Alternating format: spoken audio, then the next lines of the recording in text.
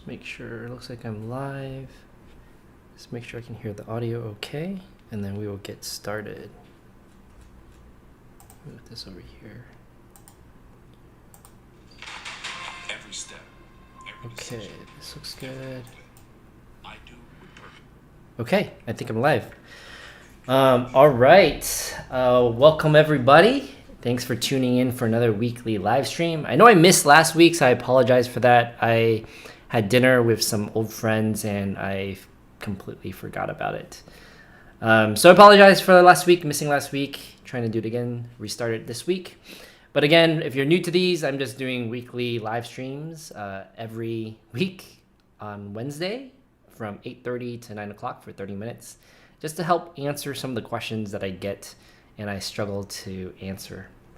So as usual, to help prioritize questions that I get from folks, strongly encourage everyone to use the Google Forms that I have in the description of these videos.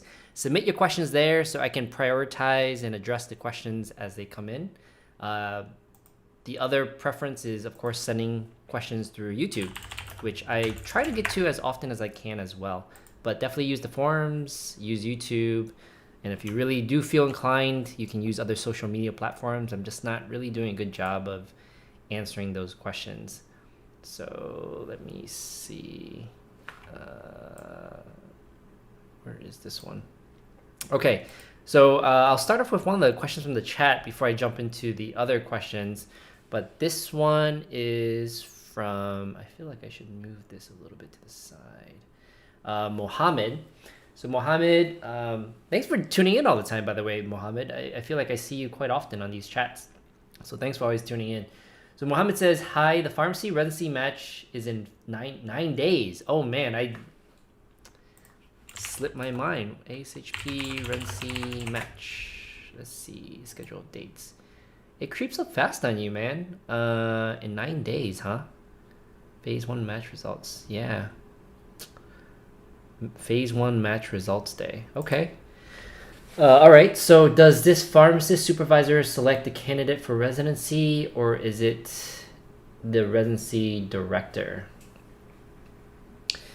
The way it's a ranking system, actually. So it depends on the match algorithm.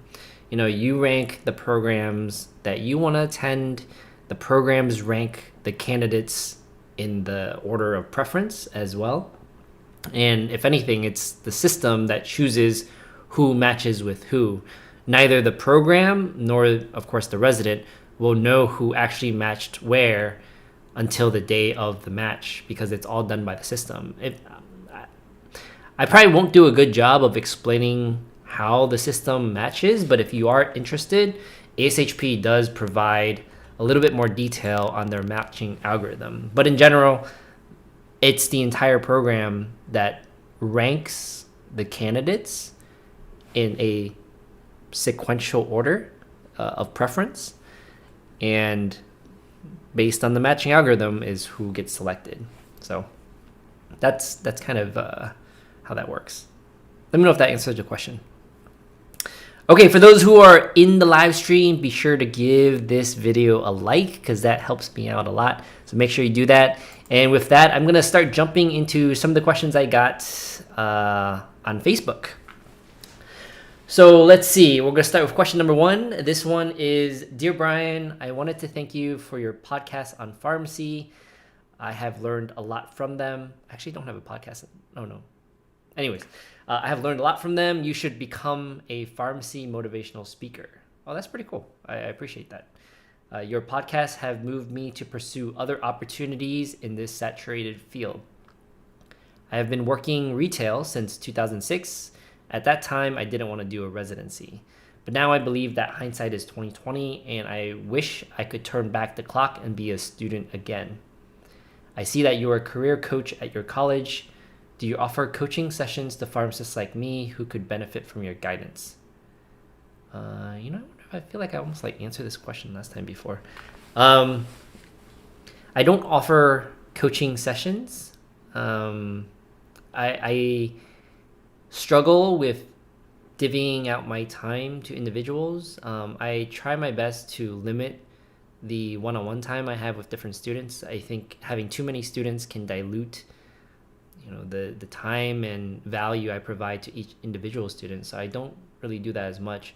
I try to incorporate as much of my thoughts into videos so they are more easily accessible to other individuals. If you really want to, feel free to. I guess you did message me. I'll message you back and let you know that maybe we can jump on a call together and just hash some things out if you're interested. So I'll be sure to do that. Let's see. Oh, we got more questions in the chat. So let me switch to the chat real quick. The next question is from Ivan. Thanks for all the likes, by the way. That's awesome. Thank you for that. Ivan says, hi, I'm about to go into pharmacy school and have a high interest in pursuing pharmacy informatics. Is there anything in particular I should focus on during pharmacy school to prepare, or just focus on clinical aspects? That's a great question, and I think it's a very common question. So my opinion is that to be a good informatics pharmacist, you have to be a good pharmacist first. If you think about it, we're designing the tools that pharmacists use. So having understanding of pharmacy workflows, pharmacy practice, and having experience in pharmacy goes a very long way to making you really good at your job. Informatics is a specialization of pharmacy. So I wouldn't say to focus on anything in particular. Just focus on knowing the clinical aspects of your job, because how you think, that clinical mindset and how you approach patient care problems is very critical. And I think that is very good to have. Now, I wouldn't say to abstain from any type of informatics experience, though. If you truly have an interest in pharmacy informatics, it looks like you're about to go into pharmacy school, so you're very, very new. I would probably suggest just shadowing pharmacy informatics individuals, learning about pharmacy informatics on the side, not as a priority, but just on the side, to see if it's something you even like. A lot of my clinical colleagues talk about pharmacy informatics and how they might want to go into it, but when they get a glimpse of what pharmacy informatics is, it's not for everyone, because some people might find it boring, surprisingly. It depends on the type of individual you are. Some people like it, some people don't. And the majority of people I've seen actually don't like it. So my biggest suggestion is focus on pharmacy. The pharmacy has many other pathways. Maybe informatics is not the pathway you choose, but focus on pharmacy and you'll be well positioned to go into any specialty you want, including informatics. Mohammed says, thank you. I'll say one more question and I'm gonna go back to my Facebook questions. This question is from Said. So Said says, hi, I am a third-year pharmacy student preparing for APPE rotations in May.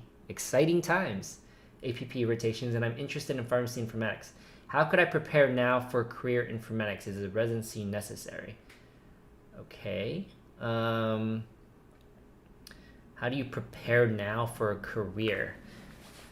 I'll say a couple things. APPEs, you should always consider them as interviews. How you perform will directly and very likely translate into whether or not you get good letters of recs, whether or not that organization may hire you in the future, and how other people may view you in those different APPE sites. And it goes a long way into getting a job. So show up early, leave late, do very good on your rotations, be kind, be knowledgeable, study a lot. So you're asking about how do you prepare for a career in informatics, but how to prepare for a career in general. I would say those are all very good things. Just work extremely hard on rotations because they're almost like interviews. And to be honest, they probably are like interviews. Now, in terms of how you can prepare for a career in informatics, I think that one of the best advantages you have in doing APPEs in different organizations is being able to see different workflows, which is important in informatics because you want to know the workflows, but also having the opportunity to work with different technology solutions. Take advantage of that, and when you're on your APPEs, work with your preceptors and ask them, hey, are there any type of informatics type projects I can work on? And within the informatics field, experience is very, very important. So having experience in working in these different things, and APPEs provides an amazing opportunity to work with a huge diversity of technology that you should take advantage of. So when you're on these rotations, ask, is there anything that I can work on? And go from there. Is a residency necessary? That depends. Actually, no, it doesn't depend, because you said, is it necessary? Is it necessary? No. Do a lot of people prefer someone that's residency trained? Probably. So it depends on which route you want to take. Do I think it's helpful in many aspects? I think so. I've learned so many things in my residency experience that I attribute my success strictly due to that. The experiences I've gotten, the mentorship that I've received, and then the different projects I got to work on definitely helped propel me to where I am today. But I don't think it's necessary, but I do think it's very helpful in getting a job in informatics. Yeah, I'll leave it at that. Okay, let's go back to the Facebook questions. Let's see, what's the next question here? Okay. So this one is, hi Brian, my name is Chris, and I am currently in the process of applying to an Epic Pharmacist Application Analyst position at a level 1 trauma hospital. It's along the lines of informatics, so I kind of Googled some tips as I applied to the position. I'll probably do the same exact thing, and came across your videos on a forum website. I'm curious what forum you found my videos on. Looked more into your YouTube page and saw PDP in your social media tags. First thing I thought was PDSci, haha. To confirm, yes, I am part of PDSci, which is short for Pi Delta Psi. I was wondering if you can give me some ideas and tips when I apply to the position. I think, tips, ideas and tips. So it's very dependent. And I think one of the difficulties when you're applying to informatics type jobs are the heterogeneity of job positions and job responsibilities. And they differ so much. So how you prepare for job interviews, I would always say, comes down to the job responsibilities. You should really study that and pick your experiences and stories that you share based on that. With that said, I think that going into an informatics type interview, you should always think about the different projects that you've worked on. I think having that on the back of your mind and having the details of it and sharing that with your interviewer really helps paint a picture of how you work through a project. Let's say you had a project where you optimized all the different order sets. You went through and analyzed all of the institution's order sets for ways that you can improve it and make it better. Maybe they were underutilized or overutilized, basically being able to talk through your projects will help the recruiters in assessing your ability to do that. And I think it's always good to have, to demonstrate what you've done in the past. It comes down to your experience. And so ideally, the projects that you talk about mirror the type of job responsibilities that are in that position. And it says, thank you. Nope, you're very welcome. Okay, so I think that is one. Any other ideas in terms of ideas and tips?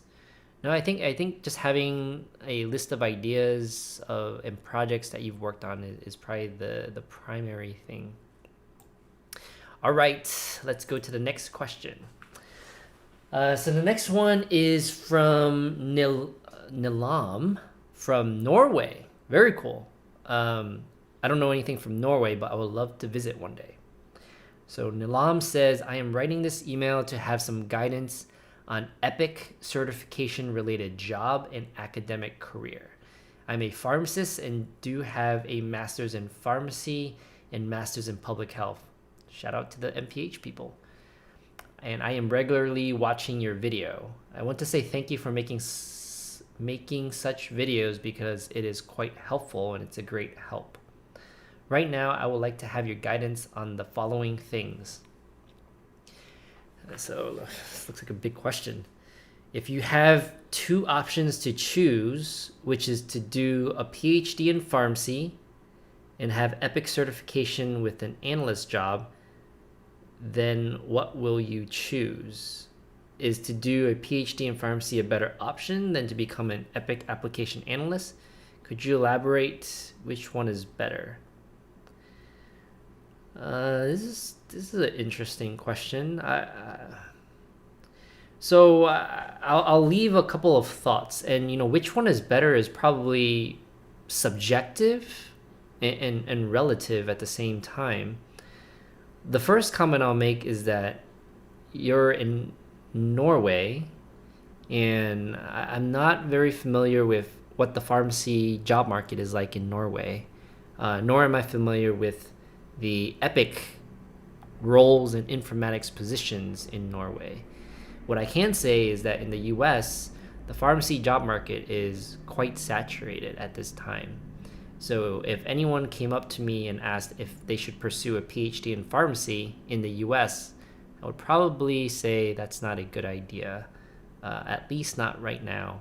I don't know what the situation is like in pharmacy, and I don't know in Norway, and I don't know if that will lead to any good jobs. Maybe the demand is a lot higher there, but I don't know. Something about PhD in pharmacy just doesn't rub me the right way right now because the job market is just so saturated. There's many other things you can do with PhDs, which I'm sure I'm not aware of, and you can probably do some, but I'm not. I don't know. I just don't feel very strongly about PhD in pharmacy. Now, you talk about EPIC certification with the analyst job, or I guess an EPIC analyst job. I think there's a lot of merit in that. There's a lot of great skill sets that can be had in being an EPIC analyst, and I think that translates to so many different places. Individuals who work in these EPIC positions, or any informatics position for that matter, have the opportunity to go into so many areas in healthcare. Even myself right now, I do a lot of things that are outside of pharmacy, and it's because I've been fortunate to have this kind of position and work for an EPIC organization. So my biased opinion in the US would be that the EPIC certification would be better because of that. Again, I don't know what the job market is like in Norway, so I'm not entirely sure. And this is next question, I guess kind of related. What is the future for the EPIC application analyst? I think that could be same things right there, where I don't know what the situation is like in Norway. I can speak from a U.S. perspective, and I'll make a couple comments. The first comment I'll say is that the EHR implementation market in the US is largely dominated by two EHR vendors, Epic and Cerner, followed by the other ones, right? Allscripts, McKesson, I don't remember, Meditech, things like that. But largely by two, Epic and Cerner. Epic dominates the academic medical centers, and Cerner dominates all the other ones. I don't know if that's entirely true, but Epic dominates the academic medical centers. In the US, most of the academic medical centers already have Epic. Now, for those who are unfamiliar, the DoD and the VA signed a contract with Cerner, I think it was a couple years ago now, I don't remember, to convert all of their systems, which is like the Vista CPRS Plus system that the VA has and the DoD. I don't know if the DoD has it, but it's whatever their legacy system is, converted to Cerner. That is it's like a 10-year plus project. So to answer this question from a supply demand perspective, relatively speaking, there will likely be a larger number of jobs for Cerner analysts relative to Epic analysts in the US because of that huge contract. Not to say that there's going to be no jobs in Epic. Obviously, that's not true. But relatively speaking, I would say that's something to consider. What is the future? I don't know. I feel like healthcare is always going to be around. We're going to always be more and more integrated with technology. So I think if not Epic, I don't know, Sunshine, whatever other EHR vendor, the skill sets that you develop as a Epic application analyst can probably translate into other healthcare informatics type roles. That's probably the most simple answer I can give, and I probably spent too much time on that already. All right, we'll move on to another question. I see there's more people that joined, so if you joined and you didn't like the video, be sure to like the video. And then we're going to move on to the next question. Okay, this one's kind of long. So this one is from Kristen. Kristen says, hello, I've watched a few of your YouTube videos since I'm interested in learning more about health informatics. They are very good, by the way. Thank you for that. I have researched certificates and master's degree in the field. Currently, I am in retail pharmacy, but looking for possible options down the road.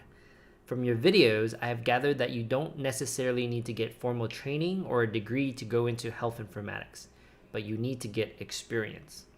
I have no problems with going back to school, but since I am a more mature pharmacist, graduated with a BS in Pharm in 1992, I'm concerned that if I pursue training or a degree, how would I get experience to be able to obtain a job in the health informatics field?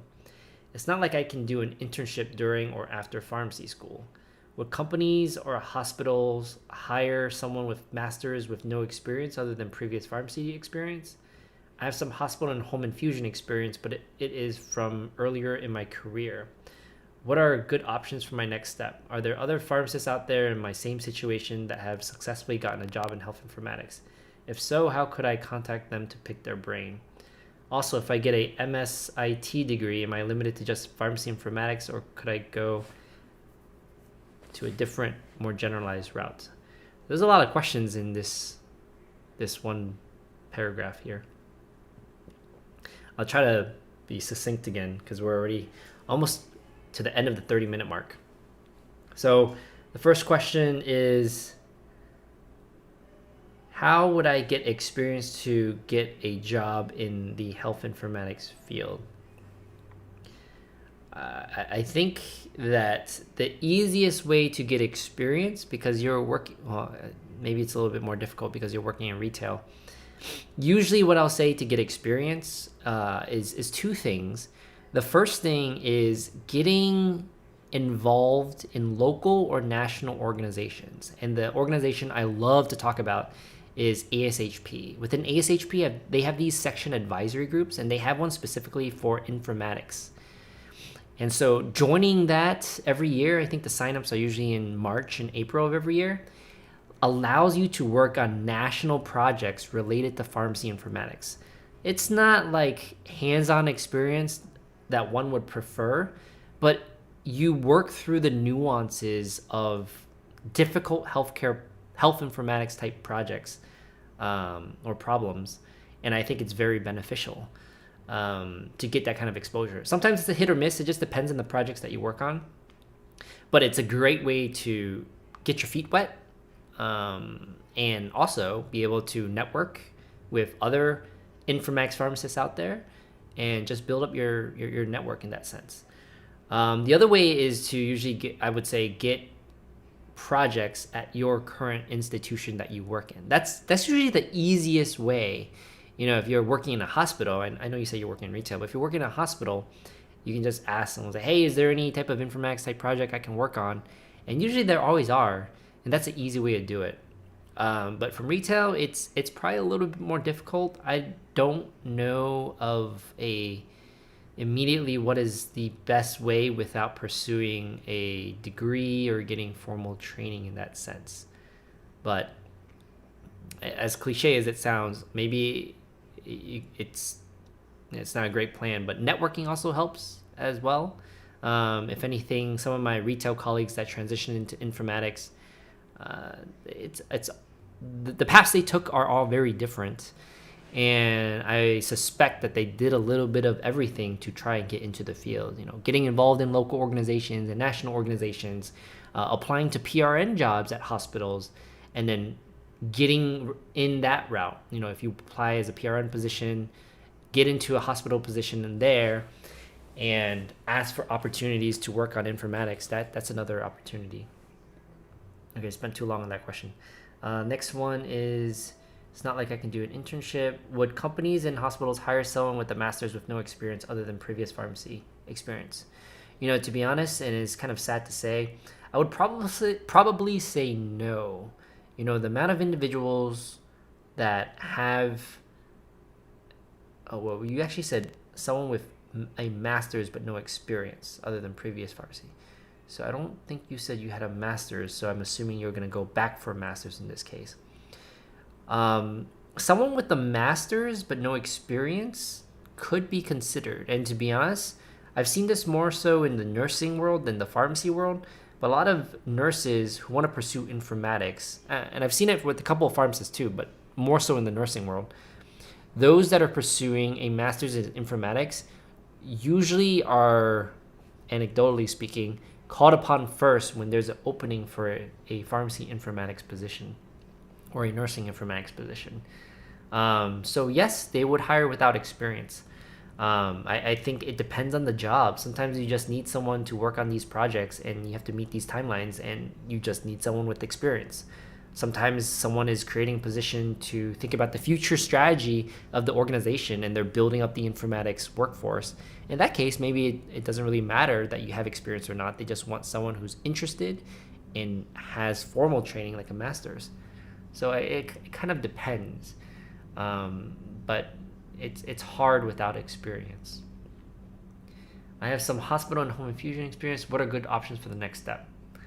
Just the things I just mentioned at first are probably good next steps. Are there other pharmacists in your same situations that have successfully gotten a job in health informatics? Probably. I think there are quite a few out there, but I can't think of any off the top of my head. And if anything, you maybe browse some forums. Reddit is always a good forum that you may be able to find individuals that transitioned. So let's see. Also, if I get an MSIT degree, am I limited to pharmacy informatics, or could I go into a more generalized route? I don't know what a MSIT is. Is that like a master's in information technology?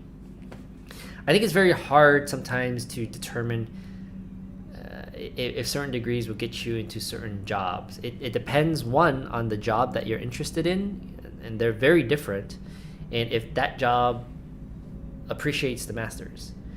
At the same time, I think if you got a MSIT, it opens up the door for many types of informatics jobs out there, health informatics jobs, and many of those exist. But I would tell you that many of those jobs are not meant for clinical folks. They're health informatics type jobs. And the sad thing is they probably pay a lot less than a pharmacist job. I'm assuming you're looking for a clinical informatics type role that pays more so around the pharmacist salary. And if that's the case, it's a little harder. It goes back to all the things we just talked about. But there, you can probably find a lot of other opportunities that are health informatics jobs, but pay a lot less if you got that degree. Okay, we'll leave it at that. And let's see. Oh, more questions. Tony's in the house. Tony's always such an awesome supporter. And I always gotta shout out Tony when he's on the channel. If you guys, I got so many questions about informatics tonight. If you guys are interested in informatics, be sure to check out Tony's podcast called Pharmacy IT and Me. Arguably one of the most robust sources of pharmacy informatics content out there. So definitely give that a check out. I can't say that person's name. That looks like it's in another language, but they say hello, sir. Hello to you as well.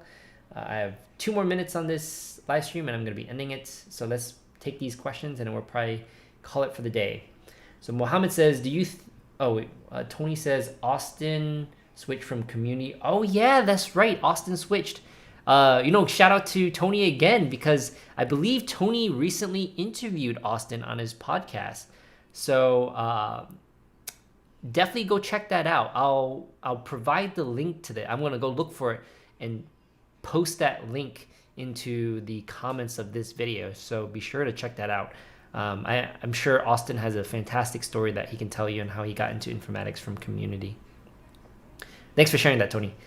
Mohammed says, do you think being a pharmacist graduate since 2018 and I decided to apply for 2021 residency cycle, would it be likely for me to match since I have a disadvantage in regards to graduate timing? You think a pharmacist graduate? So hats off to you first off for wanting to apply. It takes a lot of determination to do that. To go back and take a pay cut and become a resident, get resident pay. So shout out to you. Would it be likely for me to match since I have a disadvantage? It's very hard to answer that. Like I think a similar question was asked before. The chances of matching is lower if you graduated 2 years plus from that match year. So this year graduates are class of 2021. If you were class of 2020 or before, you just have a lower chance of matching. Doesn't mean it's impossible. It just means it's more difficult. And there's a variety of reasons that goes along with why that may be more difficult. Maybe the knowledge is a little lower. Granted, you have experience usually in this case when you're working as a pharmacist, which is super fantastic. You're not as up to date on some of the residency stuff sometimes. You're in a work mode versus a student mode. Students probably have more time to really beef up their applications, get different experiences to be a competitive applicant, versus someone who's working. It may just be harder to beef up your applications. I don't know. There's many reasons why, but it shouldn't deter you from trying because that's the ultimate outcome, right? But best of luck in that cycle. So Yazir says, do you think that the BLS projection for pharmacy will improve, get worse, or stay the same, and why? We're asking some hard questions here, man. That's a great question. That's a very hard question. And I think the answer changes depending on the time frame you apply. In the short term, I think the projections will get worse.